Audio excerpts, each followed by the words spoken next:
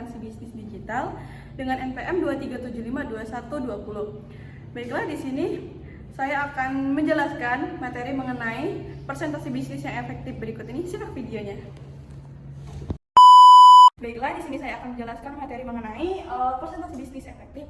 Sebelumnya udah ada yang tahu belum sih apa itu presentasi bisnis efektif? Belum ada yang tahu ya? Baiklah, mari kita kilas sedikit mengenai pengertian dari presentasi bisnis efektif. Presentasi bisnis efektif itu bisa dikatakan efektif ketika audiens itu memahami apa yang kita sampaikan serta melakukan apa yang kita harapkan sebagai presenter pada materi yang kita sampaikan. Next. Baiklah nih, kita masuk ke materi pertama, presentasi bisnis. Yang pertama itu ada tujuan presentasi bisnis. Setiap kali kita melaksanakan presentasi pasti dong ada tujuannya. Apa sih tujuannya gitu? Tujuannya tuh misalkan kita itu mencapai apa yang kita inginkan dari presentasi bisnis itu sendiri. Terus yang kedua ada persiapan presentasi bisnis. Ya dong, gimana sih terjalannya presentasi kalau nggak ada persiapan? Pasti ada persiapan yang efektif dan terstruktur. Ketiga, ada alat bantu presentasi bisnis. Tentunya banyak dong yang kita butuhkan dalam presentasi bisnis itu, kayak proyektor, slide, papan tulis dan lain sebagainya. Kemudian ada analisis audiens. Kita nih harus bisa nih menganalisis audiensnya siapa yang akan menyimak materi yang akan kita sampaikan, seperti itu. Kemudian next, yang kelima nih ada percaya diri. Kalau kita nggak percaya diri, gimana dong kita bisa menyampaikan materi yang kita sampaikan? Nanti kita ngomongnya terbata-bata, terus terpatah-patah gitu loh. Kita harus percaya diri dan bisa mengefisienkan presentasi yang kita sampaikan itu dengan jelas kepada audiens. Peninjauan lokasi ini sangat penting ya teman-teman, dimana lokasinya itu sesuai nggak sih apa yang kita harapkan, lokasinya itu memadai nggak gitu teman-teman terhadap presentasi yang akan kita sampaikan. Kemudian yang terakhir ada berlatih presentasi. Kita harus bisa nih menyampaikan presentasi itu dengan baik. Berarti kita harus berlatih dong, harus banyak berlatih ya kan teman-teman. Kalau nggak berlatih, nanti kita bicaranya terpatah-patah, kita bisa tersendat-sendat gitu dalam melakukan presentasi. Karena ini berlatih presentasi itu penting teman-teman. Kemudian next, nih ada tujuan presentasi bisnis. Yang pertama ada menginformasikan pesan-pesan kepada audiens. Kita bisa ketika kita melakukan presentasi, kita harus bisa menyampaikan informasi nih. Informasinya penting nggak nih buat audiens? Informasinya itu sesuai nggak nih materi yang kita sampaikan ini kepada audiens yang akan kita berikan materinya.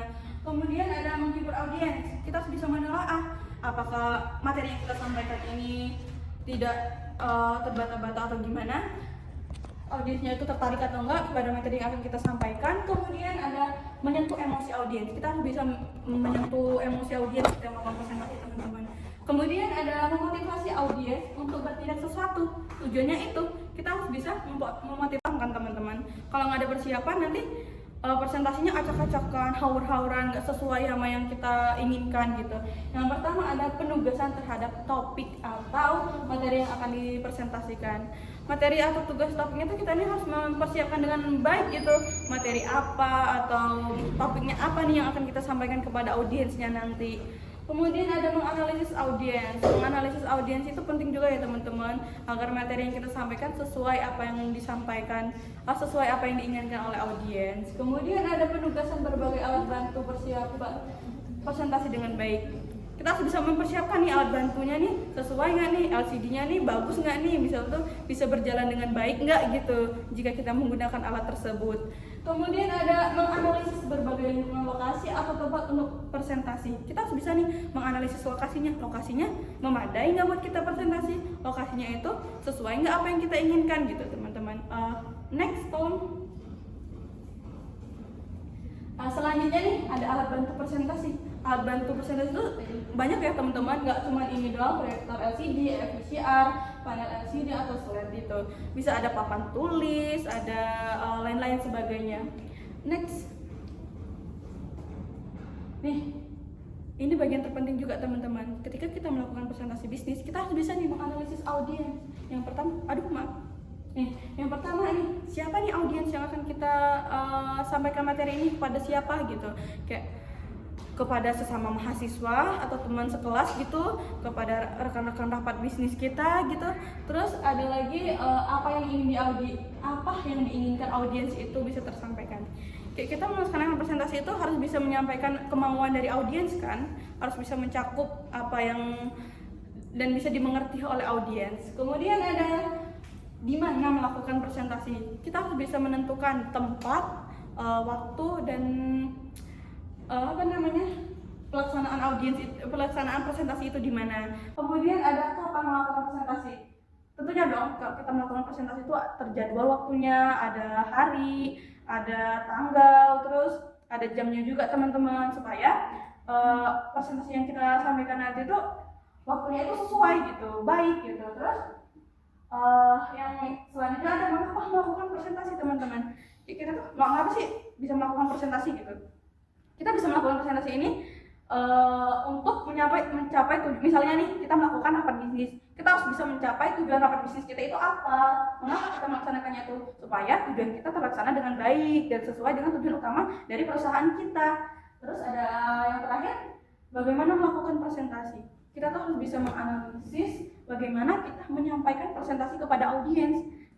Bisa kita mulai dari tadi ya, bahasa tubuh, cara penyampaian kita kepada audiens, baikkah tidak atau seperti apa gitu teman-teman. Next. Ketika kita melakukan presentasi itu kita harus bisa percaya diri. Percaya diri itu penting ketika melakukan presentasi teman-teman, karena dengan kita percaya diri tentunya akan menarik perhatian audiens. Misalnya kita tuh yakin tuh apa yang kita sampaikan itu benar dan kita bisa menguasai materinya dengan baik. Nih, percaya diri itu sangat diperlukan bagi siapa saja, apalagi pada saat melakukan presentasi bisnis. Berikut ini ada beberapa ciri-ciri orang yang tidak percaya diri teman-teman. Di antaranya ada mulut kering, bicaranya terputus-putus, kemudian ada gemetar, tenggorokan tersumbat, tambah tersengal-sengal. Kemudian next, saya teman-teman. Nih, selanjutnya ada analisis bahasa tubuh. Kita harus bisa menganalisis bahasa tubuh kita ketika kita melakukan presentasi teman-teman. Ya misalnya ekspresi wajah, kita nih harus bisa mengekspresikan wajah kita ini ceria ketika melakukan presentasi gitu, akan menarik perhatian audiens. Tidak ruangan, kita nih harus meninjau ruangan, apakah ruangannya itu cukup buat kita presentasi, apakah ruangannya itu gak kesempitan buat kita presentasi begitu. Terus ada pengecekan posisi podium.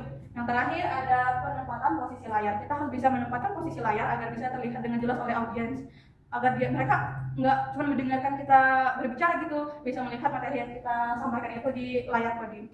Kemudian selanjutnya nih ada bagaimana seorang dapat menumbuhkan sikap percaya diri. Yang pertama itu ada jangan menunduk, tersenyum, dan pandanglah sekilas audiens. Kita harus bisa menyampaikan materi dengan bijak juga. Kita harus bisa menyampaikan materi dengan baik dan tidak menunduk. Kita harus bisa mengekspresikan wajah kita dengan senyuman yang bisa menarik perhatian audiens teman-teman. Kemudian ada mulai dengan posisi tubuh yang tegak dan siap. Kita nih harus menyampaikan materi itu, posisi tubuhnya harus siap supaya kita itu mencerminkan bahwa kita tuh percaya diri gitu. Kemudian bukalah presentasi dengan mengatakan sesuatu secara bersungguh-sungguh. Kita harus bisa menyampaikan atau membuka presentasi bisnis itu dengan sungguh-sungguh supaya pembukaan aja bersungguh-sungguh. Kalau pembukaannya bersungguh-sungguh pasti menarik perhatian audiens ya teman-teman.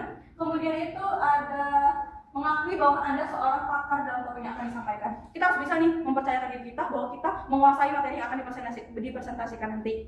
Kemudian ada pakaian yang sopan dan baik. Ya, pakaian itu sangat berpengaruh terhadap tingkat kepercayaan diri kita. Jika kita pakaiannya nggak sopan atau kusut gitu, pasti kita nggak pede dong. Kayaknya gue dihina deh sama orang-orang karena pakaiannya nggak rapi gitu. Makanya pakaian itu sangat penting. Makanya pakailah pakaian yang rapi ketika melakukan presentasi.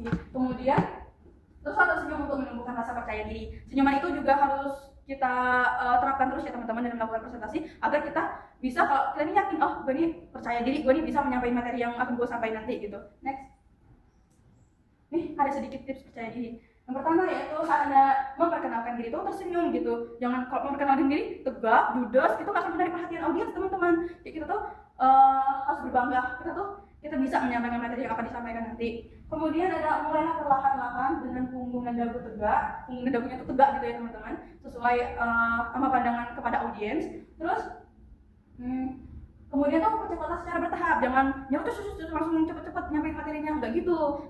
Cepet boleh, tapi dia bertahap dan terstruktur teman-teman. Kemudian ada mengakui bahwa Anda lebih tahu tentang topik tersebut daripada audiens. Kita nih berpikir, ini topik gua nih paham gitu. Gue yang lebih tahu apa yang disampaikan, apa materi yang akan disampaikan nanti. Kemudian ada yang terpenting itu hiasi wajah Anda dengan senyuman, kita harus selalu tersenyum dalam menyampaikan materi, gitu teman-teman. Selanjutnya, ini tips sangat penting juga teman-teman. Dalam ketika kita akan melakukan presentasi, tentunya kita harus akan berlatih dulu ya teman-teman. Kalau nggak berlatih, terus kita bicaranya terputus-putus, kita gugup dalam melakukan presentasi, gemeter gitu. Pastinya presentasinya nggak berjalan dengan lancar teman-teman. Yang hal-hal yang perlu diperhatikan dalam presentasi di situ diantaranya ada identifikasi audiens. Kita harus bisa mengidentifikasi audiensnya siapa yang akan menjadi pendengar dari presentasi kita. Kemudian membuat pokok-pokok pikiran presentasi bisnis. Kita harus bisa membuat pokok-pokok pikiran dari presentasi bisnis itu seperti apa agar bisa menarik perhatian dari audiens. Kemudian menulis teks lengkap. Kita nggak boleh dong ketika melakukan presentasi terus teksnya nggak jelas dan nggak lengkap gitu. Terus kemudian ada membuat rangkuman teks presentasi bisnis ke dalam sub-judul. Kita harus bisa membuat materi kita itu bersubjudul, terstruktur agar kita menjelaskannya tuh baik gitu, tersampaikan dengan baik dan audiens tuh bisa mengerti kalau penjelasan kita itu terstruktur. Kemudian menulis di dalam kartu post-it. Kita boleh tahu melaksanakan presentasi itu ada kertas kecil buat kopelan yang dimana itu tuh sekedar untuk mengingatkan kita bahwa kita tuh jika waktu kita lupa, kita bisa melihat catatan itu teman-teman. Kemudian next, nih kita udah di akhir presentasi teman-teman. Sebelumnya saya ucapkan terima kasih kepada teman-teman yang sudah menyempatkan hadir dalam presentasi saya ini.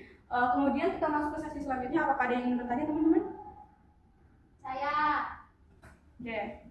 Izin memperkenalkan diri, nama saya Hanifah Syabira. Izin bertanya, apa yang harus dipersiapkan sebelum melakukan presentasi bisnis kepada para investor atau kepada para audiens? Wah, pertanyaannya menarik sekali ya teman-teman. Pertanyaannya mau ditampung dulu atau saya langsung jawab? Langsung jawab. Langsung jawab. Tadi pertanyaannya, apa yang harus dipersiapkan sebelum melakukan presentasi ya? Iya. Banyak nih hal-hal yang harus dipersiapkan, mulai dari tempat, lokasi, kita harus mempersiapkan materi apa yang akan disampaikan kepada audiens. Kemudian ada lagi nih kesiapan alat-alat yang akan kita gunakan pada saat melakukan presentasi. Seperti itu. Apakah bisa dimengerti? Bisa, makasih. Apakah ada yang ingin ditanya lagi? Saya. Baik, silakan Mbak.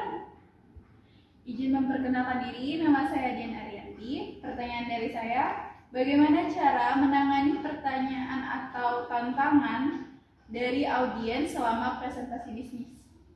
Oke, pertanyaan dari Mbak Dian sangat menarik ya. Yang Mbak Dian ya? Iya. Oke, pertanyaannya itu bagaimana cara menanggapi pertanyaan atau tanggapan dari audiens.